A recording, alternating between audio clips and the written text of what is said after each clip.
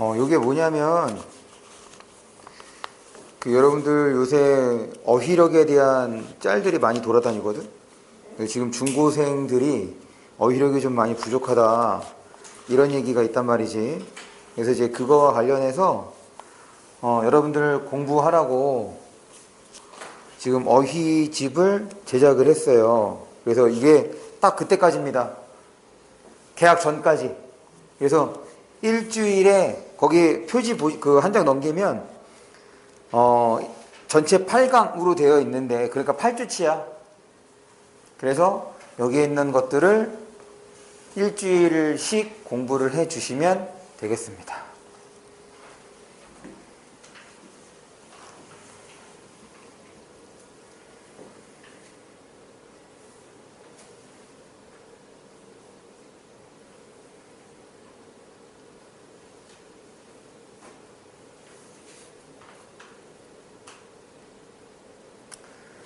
그리고 우리는 일요일에 수업하니까 무조건 금요일까지는 여러분들이 OMR 카드를 보내주셔야, 그래서 토요일에 오답 정리하고 일요일에 수업에 참여할 수 있죠.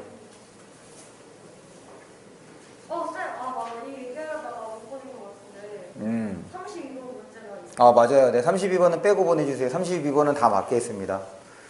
문제가 이상한 게 아니고 나 작품으로 실린 게 잘못됐어. 네, 지원이 안 됐어요. 그럼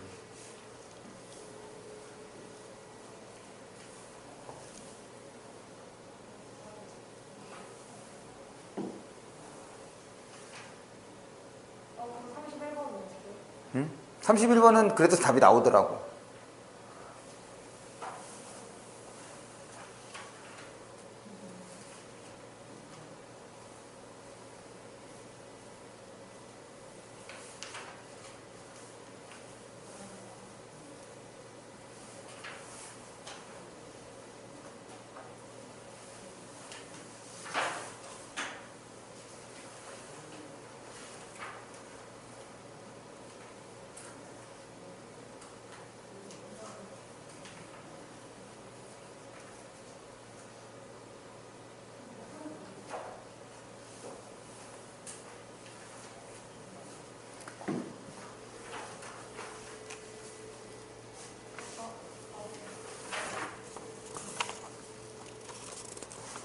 휴진이 이거 안 줘도 돼?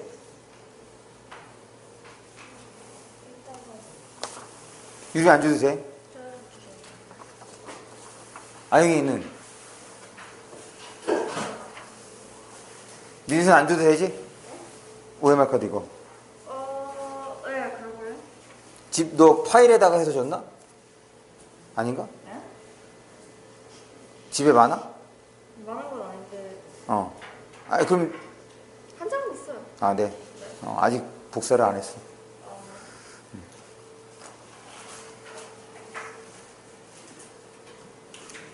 그럼 모의고사를 봅니다. 하나 뺐어요. 모르겠어.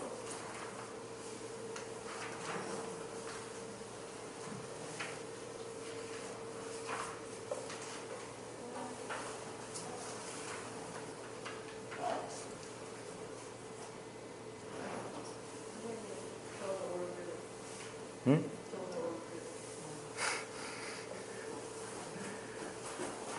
신발이 아니잖아.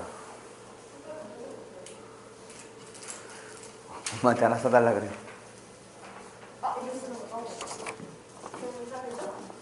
네.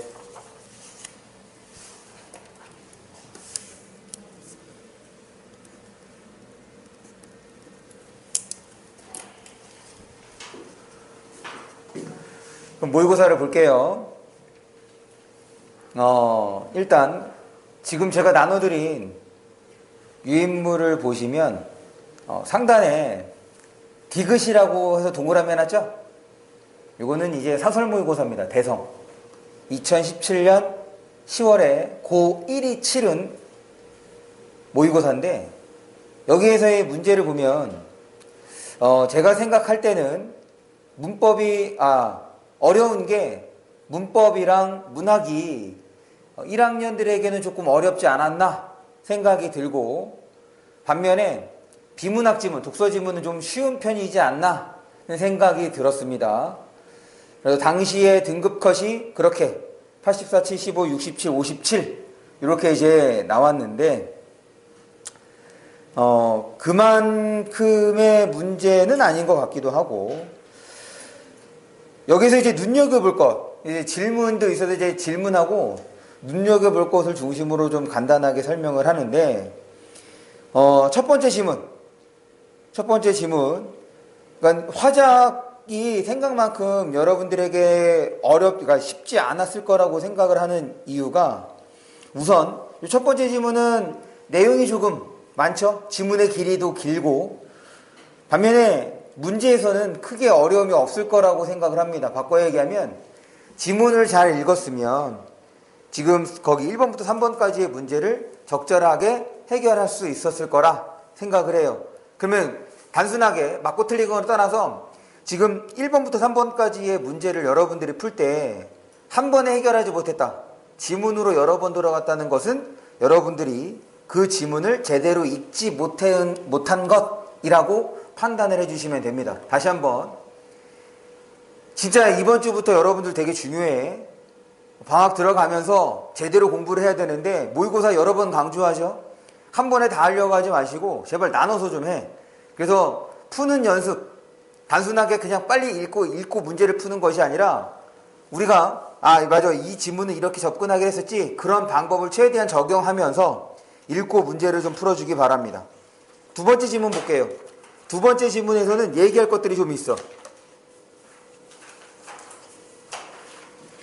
그리고 우리 초은고랑 유리미는 기말고사가 일찍 끝나서 우리 작년 수능을 봤지? 작년 수능의 일부 문제를 봤잖아?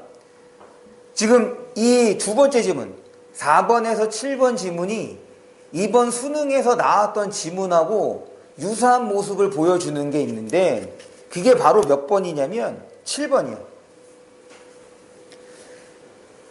여러분들이 이 7번 문제를 틀리지 않고 풀었다고 하면 기본적인 읽기가 잘 이루어졌다고 그렇게 이제 판단할 수 있는 이 문제가 되는데, 지금 7번에서 어떤 선택지가 우리가 눈여겨봐야 하는 선택지냐면 바로 3번 선택지입니다.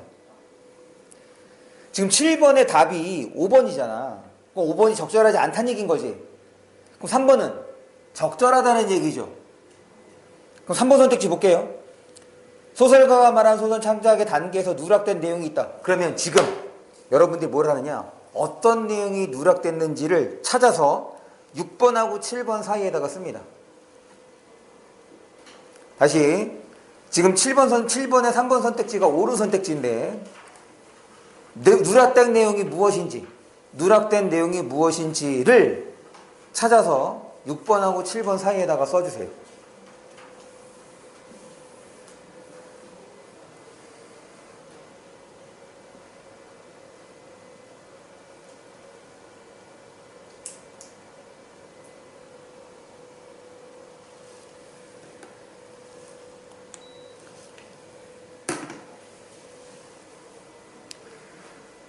힌트를 드릴게요. 어디를 좀 읽어주시냐면, 가지문에서는 리을이야. 가지문에서는 리을입니다.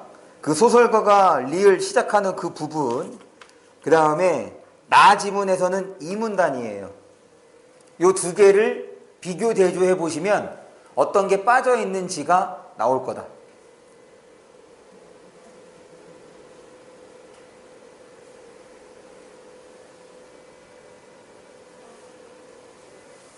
찾았어?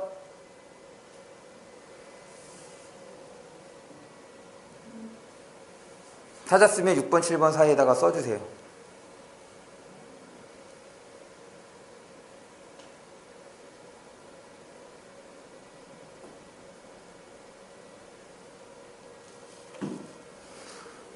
어떤 내용이 누락되어 있는지.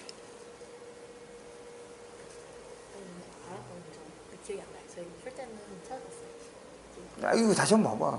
기억에 의존하지 마시고.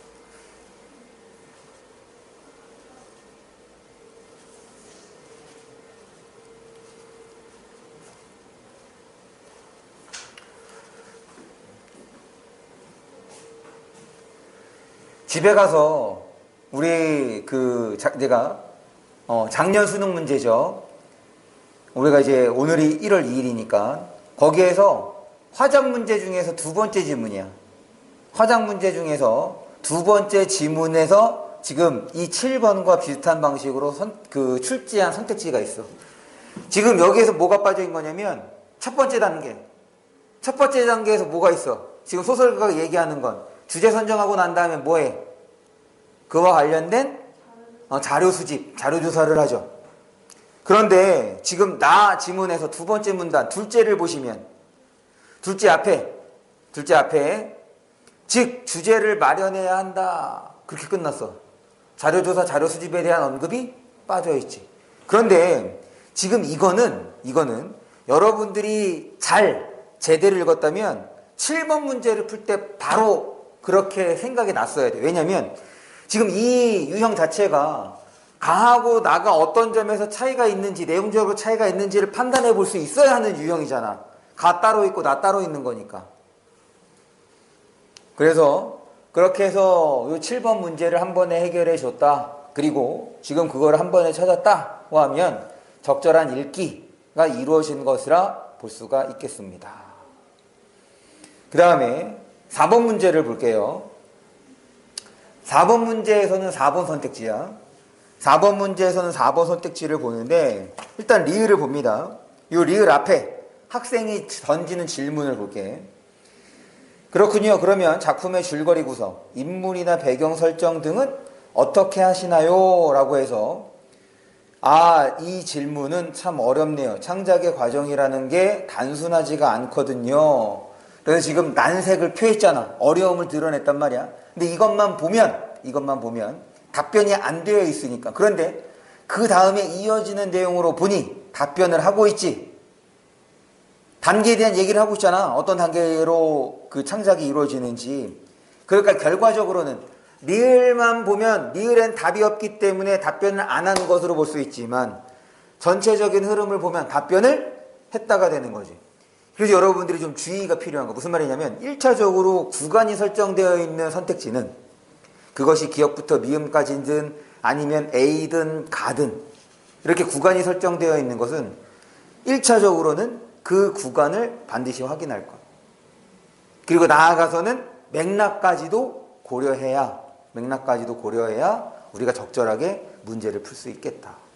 비단 이 화작 문제에서뿐 아니라 다른 영역에서도 독서나 문학에서도 구간이 나오면 꼭 그 구간 확인하고 그 구간이 들어있는 맥락도 생각해주고 그렇게 해서 답을 내야 지금 오답을 피해갈 수 있습니다. 넘어갈게요.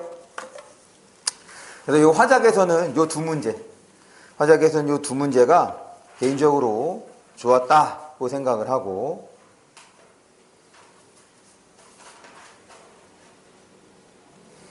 그 다음에 9번에 4번을 봅니다. 9번에 4번도 이게 선택지를 구성하는 가장 기본적인 원리거든. 무슨 말이냐면 4번 선택지에서의 키워드를 보면 가요제랑 설문조사야. 맞아? 그런데 이 나 글을 보면 가요제에 대한 언급도 있고 설문조사에 대한 언급도 있죠.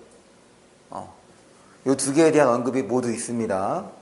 그럴 때 지금 이 두 개의 짝이 맞아 안 맞아? 안 맞지? 지금 설문조사는 뭘 보여주는 거였어?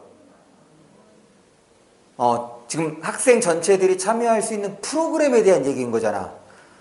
학생과 선생이 지금 가요제를 원한다가 아니라 전체가 참여할 수 있는 프로그램을 원한다는 내용이 설문조사였다고. 그리고 그걸 바탕으로 학생에서 생각한 게 가요제가 되는 거고. 그래서 7번 문제와 그 다음에 9번의 4번 문제, 7번 문제와 9번의 4번 선택지가 이번 수능에서 화작에서 보여줬던 방식의 마이너 버전, 그러니까 좀 쉬운 버전이라고 할 수가 있겠고, 이런 것들을 여러분들이 단번에 파악할 수 있는 것이 1차적인 읽기가 제대로 됐다고 볼 수가 있는 거야. 이건 뭐 추론하는 거 하나도 아니잖아. 거기에 나오는 정보들 간의 관계, 혹은 짝이 적절하게 맞는지를 판단하는 거니까 이것이 바탕이 되어야 궁극적인 독해, 논리적, 그 다음에 추론적 사고를 진행할 수가 있겠다. 그렇게 봐주시면 되겠습니다. 넘어갑니다. 그 다음에는 이제 문법 질문이 있어서 문법 질문 처리하고 좀 볼게요. 14번 문제를 봅니다.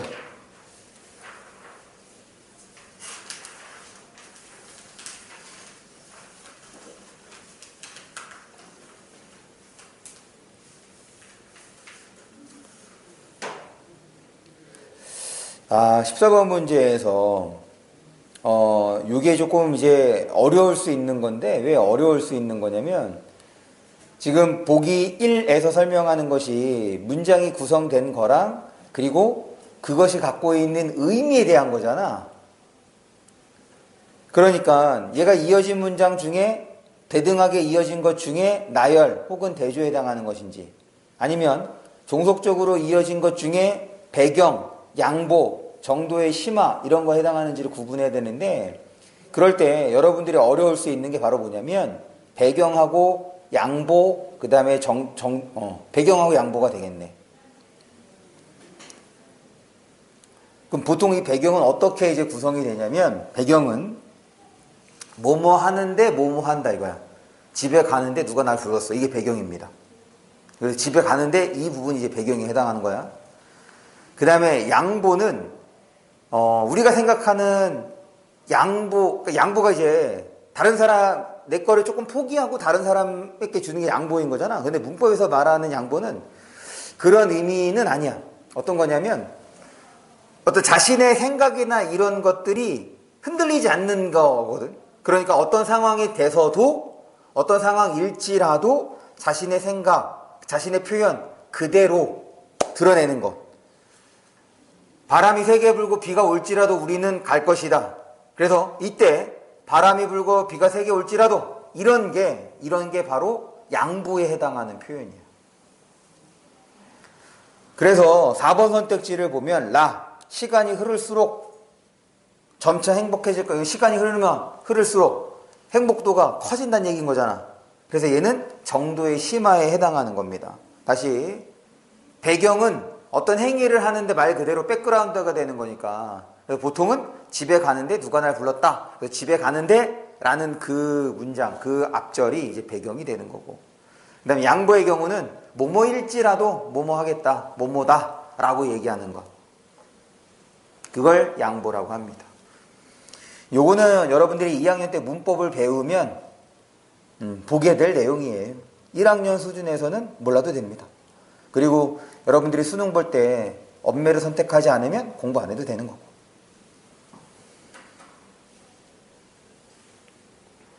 그 다음 요거 순서대로 한번 쭉 우리 지문 순서대로 한번 설명을 해볼게요. 일단 첫 번째 독서 지문입니다. 16번에서 20번.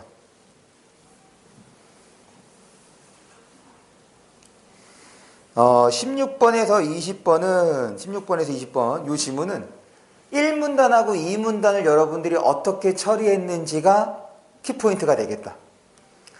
사실 이 지문은 어려운 지문이 아니야. 왜? 개념미술, 개념미술이나 개념예술에 대해서 설명하는 것이기 때문에 이 지문은 어려운 건 아닙니다. 설명 대상이 많은 게 아니어서. 그럴 때 왜 1, 2문단이 중요하다고 얘기를 했냐면, 이 개념미술, 개념예술이 어떻게 해서 형성이 된 것인지를 시간의 흐름에 따라서 제시한 게 1문단하고 2문단이거든. 볼까? 어디를 보냐면 1문단에서 가운데 부분을 보시면 제가 가령에다가 세모를 쳤어요. 가령, 그 앞에 문장을 봅니다. 헤겔에 따르면 예술은 필연적으로 물질성에서 정신성으로 이행하는데, 지금 그거를 뒷받침해주는 구체적인 거야. 고대 오리엔트, 그 다음에 두 줄 내려와서 그리스 예술, 그리고 2문단입니다. 2문단의 두 번째 줄에 르네상스, 거기에서 세 줄 내려와서 가운데 부분에 17세기. 그 다음 줄 끝에 19세기. 이렇게 해서 고대 오리엔트 시대부터 19세기 이르기까지 예술이 어떤 변화를 보였는지를 통시적으로 설명을 해주고 난 다음에 이 문단에서의 끝부분이야. 밑에서 두 번째 줄입니다. 이 지점에서 헤겔은 예술의 종언을 선언한다. 물질적 매체를 통해 존재하는 시대는 끝났다는 것이다. 그래서 다시 1문단입니다. 1문단의 가운데 부분 가령 그 앞문장이죠. 헤겔에 따르면 예술은 필연적으로 물질성에서 정신성으로 이행한다에 해당하는 내용을 표현을 바꿔서 2문단 끝에 했던 거예요. 결국 1문단하고 2문단은 이 예술이 어떤 변모 과정을 거쳐서 이 개념 예술 혹은 개념 미술이라는 것이 나타나게 됐는지를 설명을 한 거죠. 그래서 이 글은 1, 2문단만 잘 지나오면 1, 2문단 다 지나오면 3문단부터는 다 뭐에 대한 설명이야? 개념 미술, 개념 예술에 대한 설명이지? 그래서 요 지문은 어려운 지문이 아니었다. 넘어갑니다.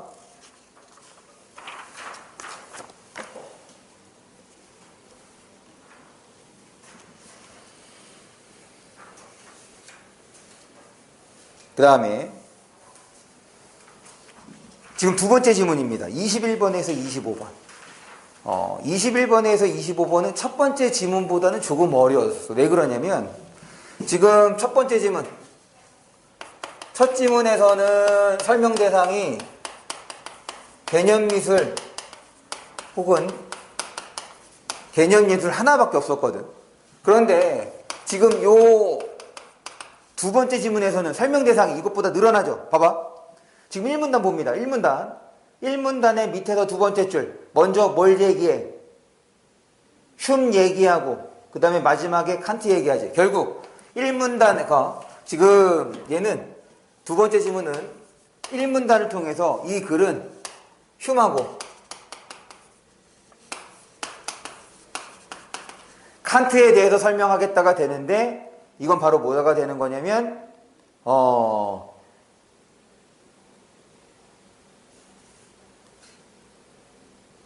윤리적인 것. 윤리적인 거에 대해서 흉의 입장하고 칸트의 입장을 설명하려는 거예요. 그런데 이 문단을 보면 여기에 이제 누가 등장해? 여기에 누가 등장해? 민수야, 이 문단에 이제 누가 등장하냐? 1문단에서 봐.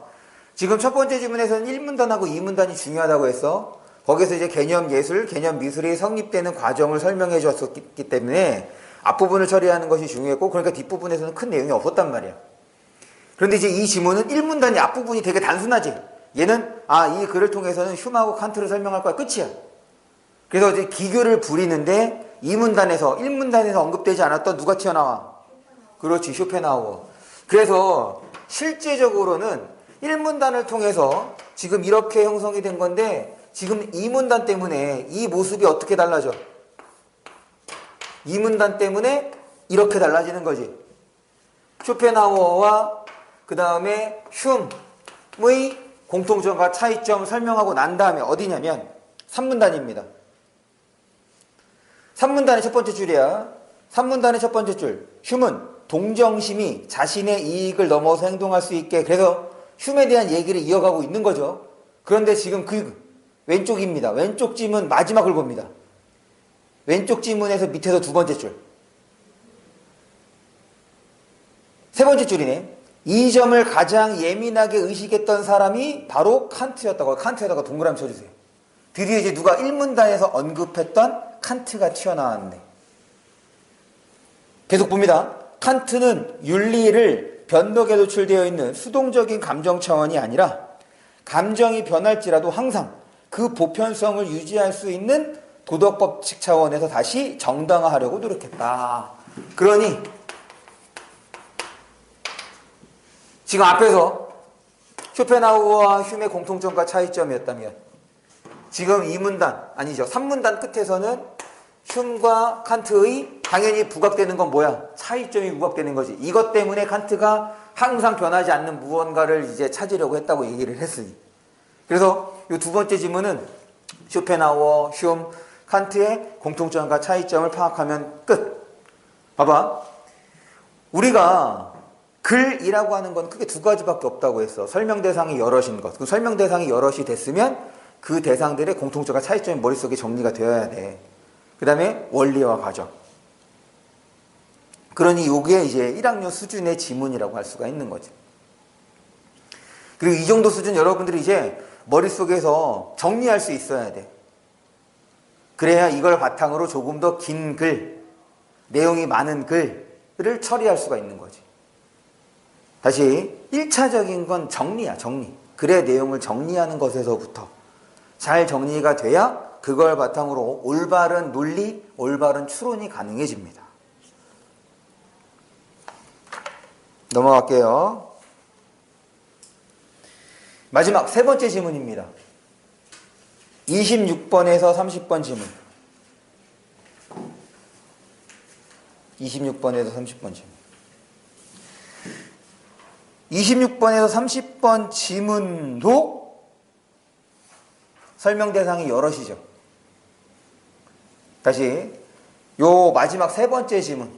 요 세 번째 지문도 결국에는 설명 대상이 여럿입니다. 이 지문도 설명 대상이 여럿임을 알려주는 게 어디에 있냐면 1문단에 있어. 1문단에 어떤 부분이냐? 봐봐. 1문단 한번 전체적으로 볼게요. 많은 연구 결과에 따르면 동물의 행동은 유전적 프로그램과 환경적 경험의 조합에 의해 결정된다고 한다. 그래서 유전적 프로그램은 이런 걸 말하고 환경적 경험은 이런 것들을 말한다. 그럴 때 학습은 이런 거다. 그러니까 지금 여기서 말하는 걸 보면 동물의 행동. 지금 세 번째 지문은 1문단에서 동물의 행동하고 관련돼서 여기에 영향을 미치는 요소로서 하나는 유전적인 거, 하나는 환경적인 걸 얘기하는 거지. 그러면서 이 두 가지에 대해서 얘기하는 것인 줄 알았는데 1문단의 마지막을 보니까 뭐에 해당하는 거야? 환경적인 것 중에서 바로 학습에 해당하는 거잖아. 거기 마지막 줄 볼까? 학습의 형태는 여러 가지다. 그러니까 이 여러 가지라고 해서 학습이 말 그대로 나열이 돼야 되는 거지. 그래서 2문단에서는 먼저 뭐? 길들이기. 그 다음에 3문단에서는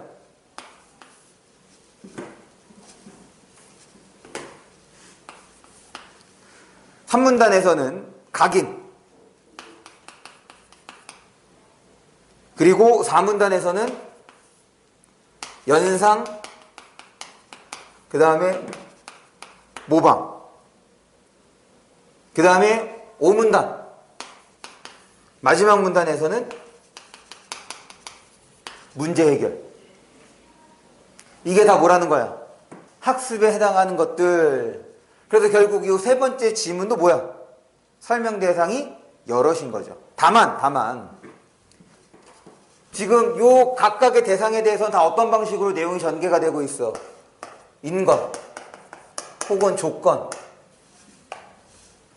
지금 요 네 개의 학습 과정에 대해서는 모두 인과의 중심으로 내용을 전개하고 있으니 지금 단순하게 내용만 나열하는 측면은 아닌 거야. 그래서 요 지문이 이 세 개의 지문 중에서 가장 어려운 지문이라고 할 수가 있겠습니다. 여기에 모두 이제 추가가 되는 건 단순하게 이것만 나눠지는 것이 아니라 지금 길들이기와 관련돼서 사례를 든 동물들이 지금 각인, 연상, 모방, 그 다음에 문제 해결에서 나타난 동물들과 다 다르죠. 구체적 사례로 제시했던 동물들도 다 달랐기 때문에 정보량이 많을 수밖에 없는 거지. 달라졌으니까 그것도 여러분들이 정리를 해야 되는 거고.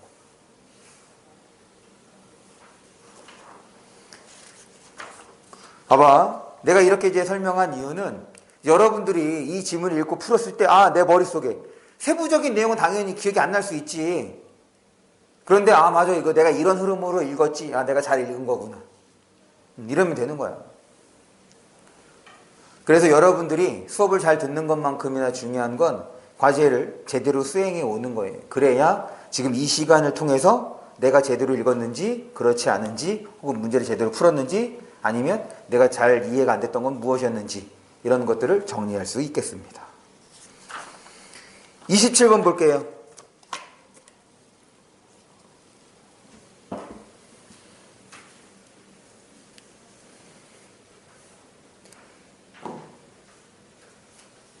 지금 윗글을 바탕으로 보기를 이해한 것 27번을 보면 지금 여기서 참새라는 동물이 허수아비에 대해서 보이는 반응이지, 처음에는 허수아비를 세운 사람의 의도대로 참새가 행동을 했다가 학습을 했다가 그 이후에는 달라진 모습이지, 사람이 기대했던 바와 다른 모습인 거야.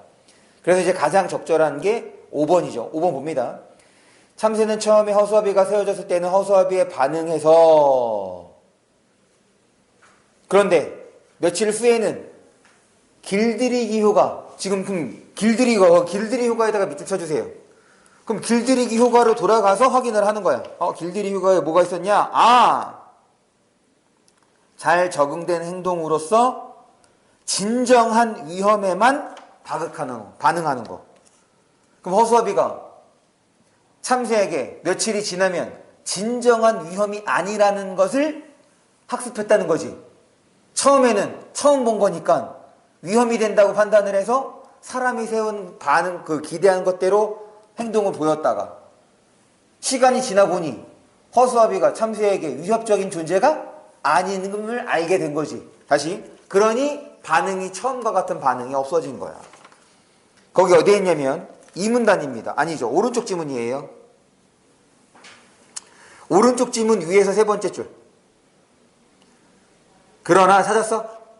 봅니다. 그러나 그러한 접촉 자극이 반복되면, 그래, 허수아비를 맨날 만나면 반응을 멈추는데, 이때 길들이기는 잘 적응된 행동이며 짝짓기, 진정한 위험 등 이런 자극에만 신경계를 집중할 수 있게 해주고, 생존 및 종족 번식 등과 관계없는 다른 무수한 자극, 즉 허수아비의 자극에 대해서는 에너지를 쓰지 않게 한다. 평상시와 똑같은 반응을 보이게 된다. 그래서 27번의 답은 5번. 됐습니까? 넘어가도 될까요?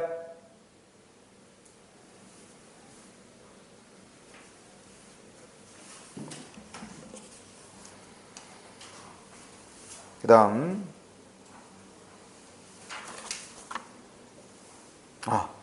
33번을 보는데, 33번, 요 33번과 관련한 여러분들이 알고 있어야 하는 키워드가 있습니다. 이 키워드를 아느냐, 아니지, 이 단어의 뜻을 아느냐 모르느냐에 따라서 이 문제를 제대로 풀 수 있었을 거고, 그렇지 않으면 이거 왠지 이거 좀 이상한 것 같은데 느낌으로 풀었을 거라고 생각을 해요. 무슨 말이냐? 4번이 틀린 선택지죠. 그런데 지금 이 유형은 결국에는 선택지의 앞부분은 본문에 있는 거고 선택지 뒷부분에 있는 거는 보기에 있는 내용이잖아. 그래서 4번 선택지를 보면 뒷부분, 삶에 대한 자부심을 이미지로 형성하고 있다. 그러면 삶에 대한 자부심이 나타난다는 얘기인 거지. 그럼 보기를 볼게. 보기를 보면 지금 가운데 부분에 제가 하지만에다가 세모를 쳤어요. 찾았어? 하지만의 윗줄입니다. 때로 자신의 삶에 대한 자부심이나 현실을 극복하려는 모습이 드러난다. 그러니까 작품에 있을 수 있다는 얘기인 거지. 그런데 대부분의 작품은 그렇지 않다가 되는 거고, 어쨌든 있을 수 있다는 얘기인 거잖아. 그러면 지금 본문에서 끌어온 그 부분이 의지적인 모습이나 혹은 자부심과 관련될 수 있는 모습이 되는 거지. 그러니까 긍정적인 모습이 될 거 아니야. 그럼 본문에서 그 부분을 보는데 1, 2, 3, 4연 봅니다. 가에서 4연을 보시면 우리들은 모두 욕심이 없어 희어졌다. 여기까지는 문제없죠. 여기서의 흰색은 긍정적 이미지가 되는 거야. 욕심이 없다는 얘기 있으니까. 착하디 착해서 새가 든 가시 하나, 소나기 하나 없다. 너무나 정갈해서, 여기까지는 문제없어. 맞지? 다 긍정적 표현이잖아. 뭐가 문제냐면 파리했다가 문제야.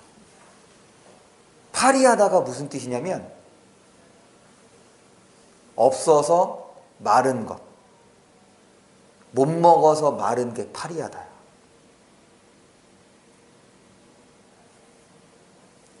지금 파리하다는 것은 부정적인 표현이에요.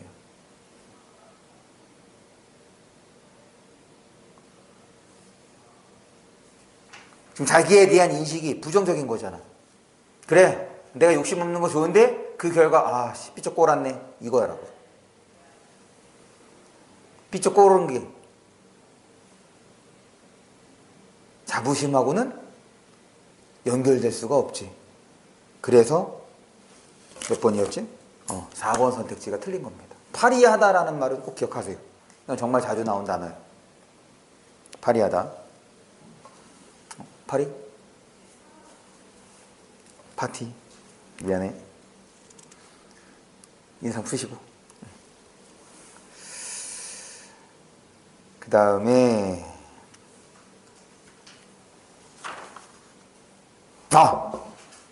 지금 우리 1교시 때 황만근 했었지.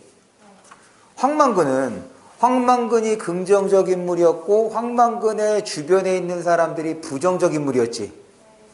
그런데 지금 우리 여기 회차 지금 34번에서 37번은 이제 고전소설인데 요거는 이따가 보고 38번에서 41번을 먼저 보자.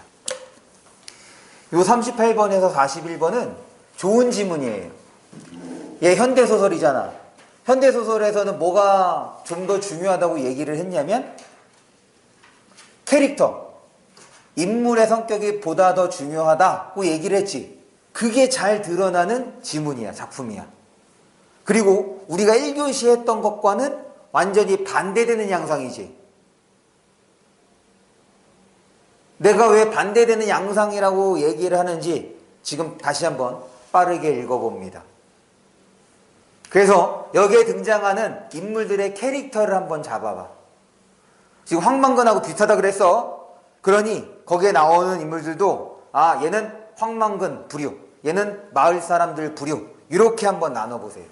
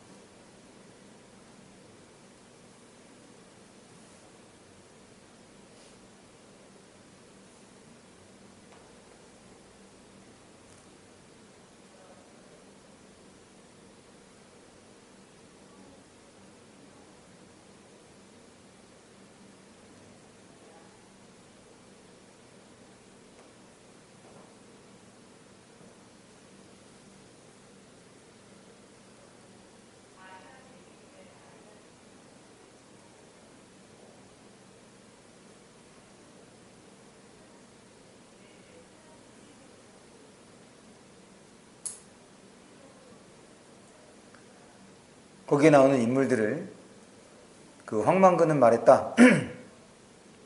이 인물들처럼 나눠보는데 황만근에 해당하는 인물, 그 다음에 마을 사람들에 해당하는 인물, 이렇게 한번 나눠보세요.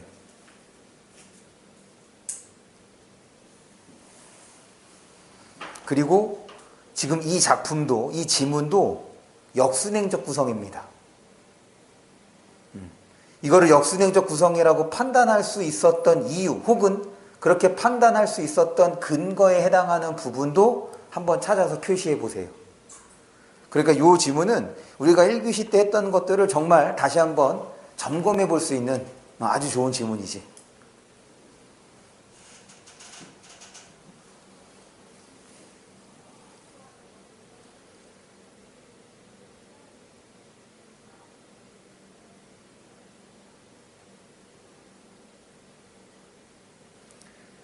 그럼 사건을 먼저 구분할 수 있어야겠네. 어떤 사건, 어떤 사건, 어떤 사건. 그러고 난 다음에 시간적 선우를 따져줄 수 있으면 되겠습니다. 그리고 다시 한번 본문에서 이그저가 나오면 이그저가 들어있는 표현은 꼭 그 이그저가 지시하는 대상을 찾아주세요. 그래야지 정확한 이해가 가능합니다.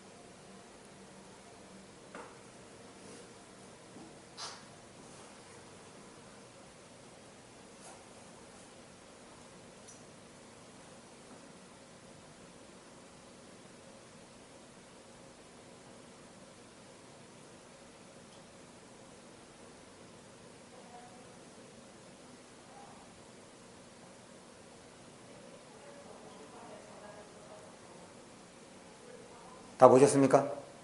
조금 더 1분만 더 볼까?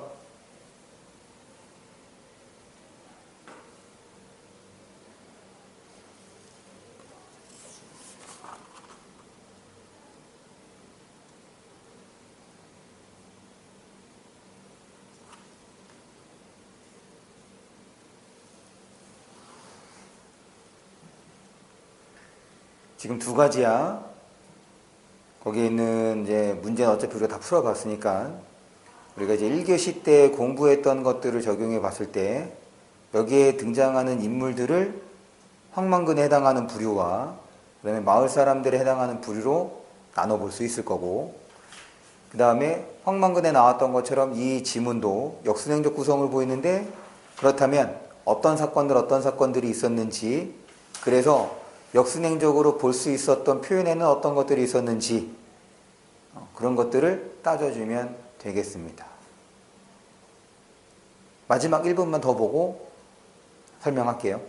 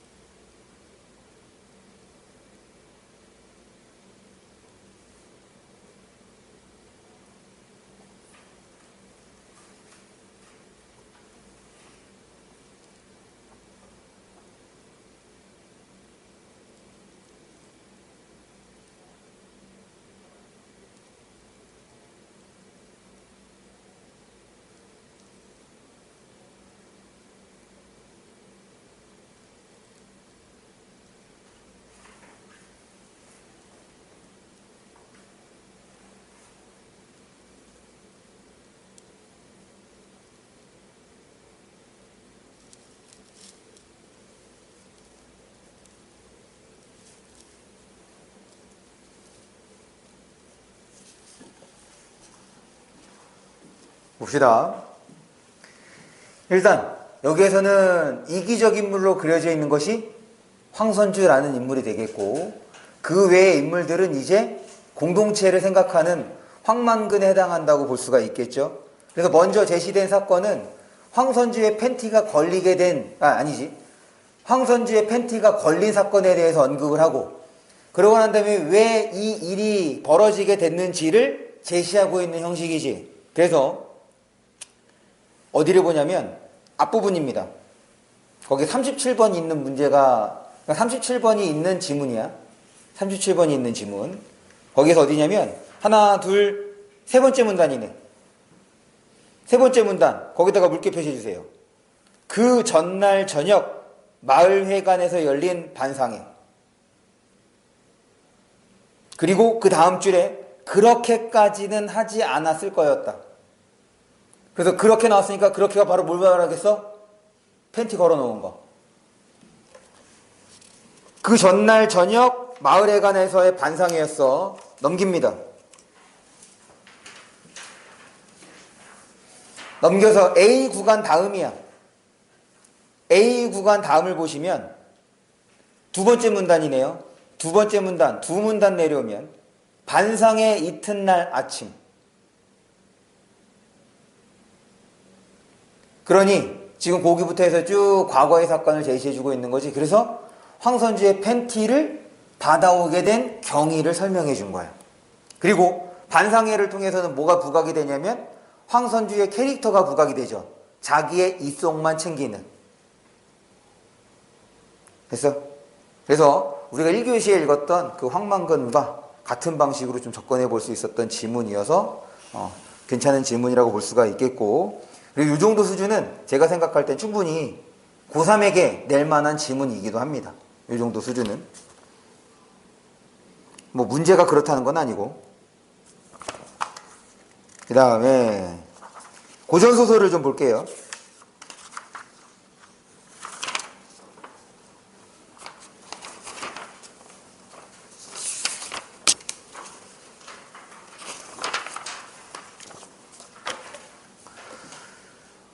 우리 1교시 때 얘기했었던 것이 현대소설은 캐릭터가 중요하다고 얘기했고 고전소설에서는 사건이 중요하다고 얘기했어. 사실 이 34번에서 37번 지문을 보면 많은 인물이 등장하는 건 아니지. 핵심 인물이 딱 둘이잖아. 누구랑 누구야?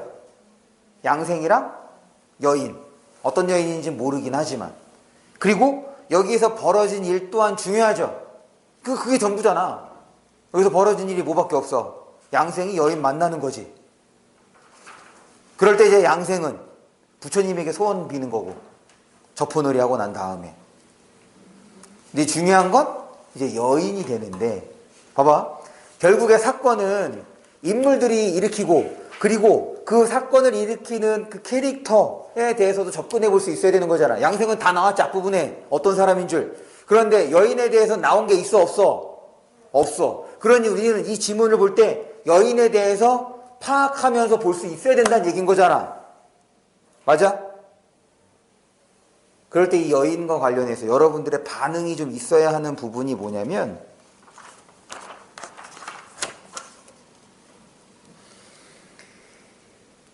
우리 그 다음 페이지예요. 다음 페이지 보시면 지문이 길게 나오죠? 봤어? 다음 페이지 넘겨서 지문 길게 나온 거야. 거기에서 왼쪽 지문입니다. 거기에서 왼쪽 지문. 거기에서 왼쪽 지문 끝을 보시면 밑에서 두 번째 줄. 저 또한 사람입니다. 여기서 이상한 반응이 여러분들에게 있어야 돼. 왜 그러냐? 그 앞에 양생이 던진 질문을 볼게요. 그때는 어떤 사람이 이게 혼자서 이곳에 오셨소? 그러니까 여자의 정체가 궁금한 거지. 너 어떤 사람이냐? 어떤 사람이란 얘기는 사람이라는 것을 전제로 물어보는 거잖아. 그럼 바꿔 얘기하면, 야, 너 어디서 왔어? 너 어느 출신이야? 지금 이 질문이라고. 그런데 거기에 해당하는 답으로서 뭘 얘기해? 나 사람이야. 그럼 지금 맞아, 안 맞아? 안 맞아. 아니, 누가 봐도 사람인 거 아는 사람이라면 굳이 난 사람이라고 밝혀, 안 밝혀? 그렇지, 그거야. 그러니까 여기서 1차적인 반응이 왔어야 된다. 이거 좀 이상하다. 또 오른쪽 지문입니다. 오른쪽 지문에서 두 번째 문단이야. 아, 이거 첫 번째 문단이라고 해야 되나? 위에서 하나, 둘, 셋, 넷, 일곱 번째 줄, 여덟 번째 줄. 정답게 이야기를 나누다 보니 영락없는 사람의 모습이었다. 아니, 당연히 사람이면 사람이지. 왜 또 사람의 모습이야? 더군다나 영락없이, 틀림없이 이런 말들을 왜 굳이 붙여? 그러니까 지금 이 여자의 캐릭터가 좀 이상하다는 반응이 나와야지. 그러니 지금 기억 다음입니다. 기억 다음, 기억에서 하나, 둘, 셋, 세 줄 내려올게요. 기억에서 세 줄 내려오면 진정 인간 세계의 것이 아닌 듯하였다. 찾았어? 계속 봅니다. 양생은 비록 의심스러운 마음이 없지 않았지만, 그리고 여기서부터 이제 뭔 거야? 앞에서는 양생이 의심한 게 있어? 없어? 없어. 그런데 지금 시간이 지나면서 얘랑 대화를 해보고 그 다음에 얘가 내주는 음식들을 경험해 보니까 이거 좀 인간 이상해. 얘 인간 아닐 수도 있겠네라는 의심이 이제 조금씩 들기 시작하는 거죠.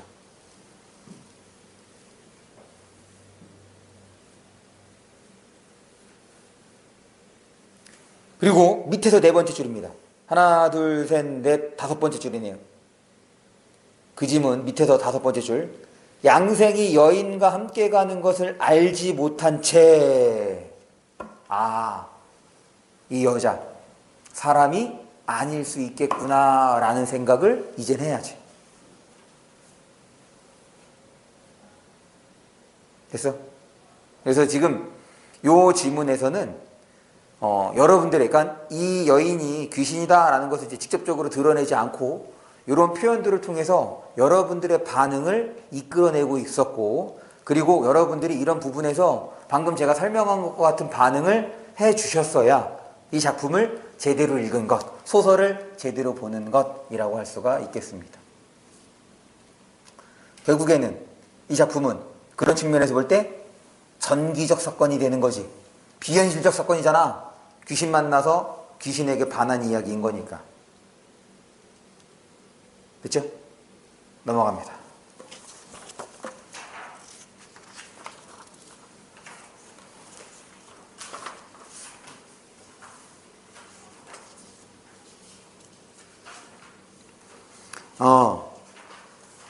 마지막 이제 고전 시가를 보는데, 요 가작품은 그래도 좀 할만해. 가작품은 할만하지. 우리가 1년 내내 여러분들에게 강조했었던 거 있었잖아. 고전시가 5주제. 5주제 딱 들어맞는 거 아니야? 지금 여기서 고전시가 5주제 중에서 얘는 1, 2, 3, 4, 5 중에서 몇 번째 해당돼? 땡. 지금 이 가작품입니다. 가작품, 우리 고전시가 5주제 1, 2, 3, 4, 5 중에서 뭐에 해당할까요?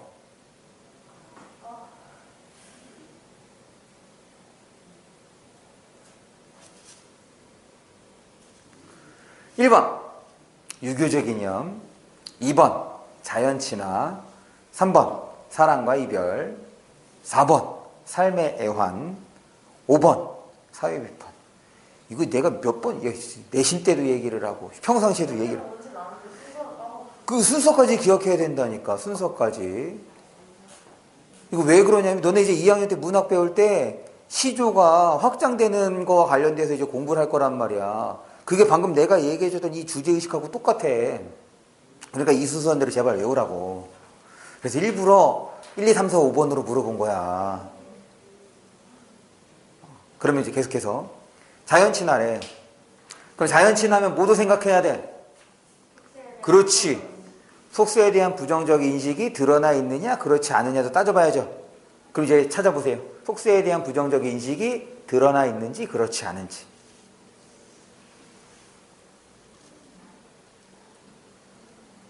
그럼 이제 생각해보면 속세에 대한 인식을 드러낸다고 하면 최소한 속세에 대한 언급이 있어야지. 속세 자체에 대한 언급이 있거나 아니면 속세와 관련된 소재들에 대한 언급이 있거나, 그래야지 속세에 대한 인식을 확인해 볼 수 있겠죠. 어렵지 않아. 얘는 속세에 대해서 부정적 인식을 드러내고 있죠. 어떻게 할 수 있어? 지금 기억을 봅니다. 기억을 보면 인세, 이게 인간 세상을 말하는 거지. 그러니까 인세를 다 잊었다. 이게 바로 속세에 대한 부정적 인식을 드러내는 거죠. 됐죠?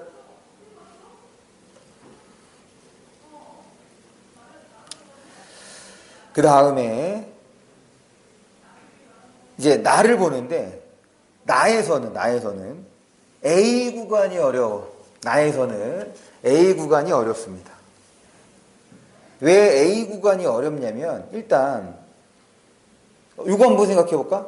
야, 이 작품 주제의식, 지금 요 나 작품의 주제의식을 한번 생각해 봐.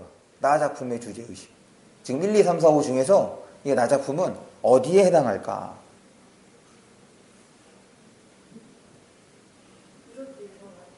얘도 2번이에요. 그런데 이 2번이라는 게 앞부분에 나타나지 않고 여러분들이 쭉 읽어가다 보면 어디 할 수 있느냐? 바로 리을입니다. 리을 볼게요. 리을. 천지의 우유하고 무슨 말인지 모르겠어. 강산에 누우니, 그래, 강가산 묶어서 뭐지? 자연이지. 자연 속에 있으니 사시 사계절의 즐김이 어느 때 없을런가? 어느 때도 있다는 거 없다는 거야? 있다는 거 없다는 거야? 그렇지, 있다는 거지. 지금 자연에 있으니까 이 계절을 내내 사계절을 다 즐길 수 있다. 자연 친화란 말이야. 그럼 속세에 대한 부정적 인식이 있을까 없을까?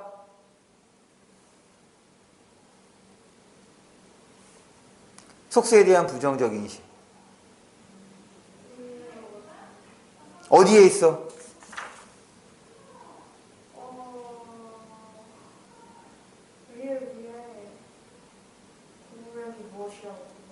그렇지. 바로 거기에서, 그러니까 지금 그것뿐 아니라 다른 데서도 확인해 볼 수 있는데,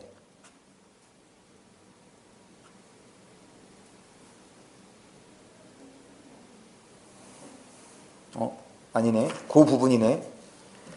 공명은 이거 성공하는 걸 말하죠. 그런데 볼게. 내가 밑줄 친 부분이야. 공명이 뭐라고 일생의 골몰 거기에 빠져 있을까? 지금 그 공명에 대해서 부정적 인식을 드러내는 거지. 그러니까 속세적 가치에 대한 부정적 인식을 드러내고 있죠. 그럴 때 지금 여기서는 이제 그렇게 처리해 주시면 되는데 A 구간이 중요해요. A 구간. A 구간이 여러분들에게 어려울 수 있는 구간입니다. A 구간이. 왜 A 구간이 어려울 수 있냐면 봅니다. 지금 이제 A 구간과 관련된 문제를 보시면 답이 3번인데 봐봐. A 구간 볼게요. 여파의 정을 품고, 여파가 뭐라고 설명되어 있냐? 물결의 정을 품고 그 근원을 생각해 보니, 그러니까 화자는 뭐하고 있냐면 물 보고 있는 거지. 그러면서 생각하는 거야. 연못의 잔물결, 그 다음에 우물에 있는 물 생각을 했어. 됐어? 계속 물에 대한 생각인 거지. 지금 물 보고 무슨 생각한 거야? 그러고 난 다음에 짧은 담에 의지해서 고해를 바라보니, 이 고해가 쓴 바다인데 이 쓴 바다가 의미하는 게 실제로 바다를 보는 게 아니고 뭘 말하는 거냐면 인간 세상의 힘겨움을 말하는 거거든. 속세에 대한 얘기. 속세를 바라보니 욕심의 거센 물결이 하늘에 차서 넘치고 탐욕의 샘물이 세차게 일어난다. 그 속세에 대한 부정적인 인식을 드러내는 거거든. 그래서 이 부분에 해당하는 그 해석이 여러분들에겐 어려울 수 있는 것. 그래서 44번의 답이 3번이 된다는 것. 그럴 때 45번. 45번은 이 거리감에 대해서 이제 여러분들이 좀 기억해줘. 45번에다가는 별표를 해주세요. 이제 이 내용을 기억합니다. 거리감을 두 가지의 관점에서 접근을 하고 있는 거지. 하나는 물리적 거리감, 실제 거리감이야. 두 번째는 심리적 거리감, 그럼 물리적 거리감이라고 하는 건 여기 봅니다. 지금 여기에서 나랑 가장 멀리 떨어져 있는 친구가 저 뒤에 있는 친구지. A형이. 지금 이 거리가 가장 멀잖아. 이게 바로 뭐가 되는 거야? 물리적 거리가 되는 거야. 여기서 나랑 가장 멀리 떨어져 있다고 해서 지금 내가 너희들을 생각하는 마음이 가장 멀다라고 말할 수 있어, 없어? 그렇지. 물리적 거리랑 심리적 거리랑은 별개란 얘기인 거지. 됐어? 그럼 이거를 적용해서 A와 B를 보는데 A를 봤더니 A가 들어있는 문장을 봅니다. 장안을 돌아보니, 장안 기억해 주세요. 고전시가에서 말하는 장안은 서울이야. 임금이 있는 공간, 수도. 실제 장안은 이제 중국의 수도를 말하는 거예요. 지명입니다, 지명. 장안을 돌아보니 북궐, 궐자는 궁궐할 때 쓰는 궐자야. 그러니까 궁궐이 천리로구나. 서울 쪽을 보니까 궁궐이 천리로. 그거 뭘 말해? 물리적 거리를 말하는 거지. 왜? 화자 어디에 있는데? 자연에 있으니까. 얘는 물리적 거리야. 그러면서 주의해야 돼. 물리적 거리를 드러낸과 동시에 모두 드러낼 수 있냐면 잊은 적이 없대. 디귿을 보면 잊은 적이 없대. 멀리 떨어져 있긴 하지만 잊은 적이 없다는 얘기는 이거는 심리적 거리는 그렇지. 가깝다는 얘기인 거지.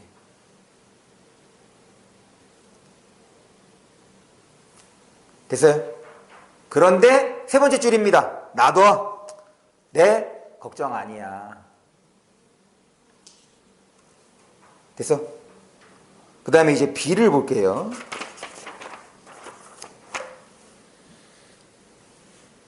B를 보면 또 B가 들어있는 문장을 봅니다. 징계가 뭐라고 설명되어 있냐? 속세네. 속세가 지척. 그럼 일단 지척이 무슨 뜻인지 알아야겠네. 지척은 30cm야. 그렇지. 가깝다는 겁니다. 이 척자가 이제 자를 말하는 건데, 우리 혹시 구척장신 이런 거 들어봤어? 그래서 1척에 보통 30cm를 말합니다. 아닌가? 맞아. 구척장신 하면 2m 70이 되는 거지. 졸라 큰 거고. 팔척 귀신 같은 거 들어가는 그러니까 1척이 그럴 거야, 아마. 30cm. 그 다음에 속세가 가깝나 지척이 가까운 것이 어때? 실제로는 속세가 가까워. 그런데 천리래. 이거 역설적인 거잖아. 천리는 멀다는 얘기인 거니까. 실제 거리는 가깝지만 어떻다? 심리적으로는 멀다가 되는 거죠.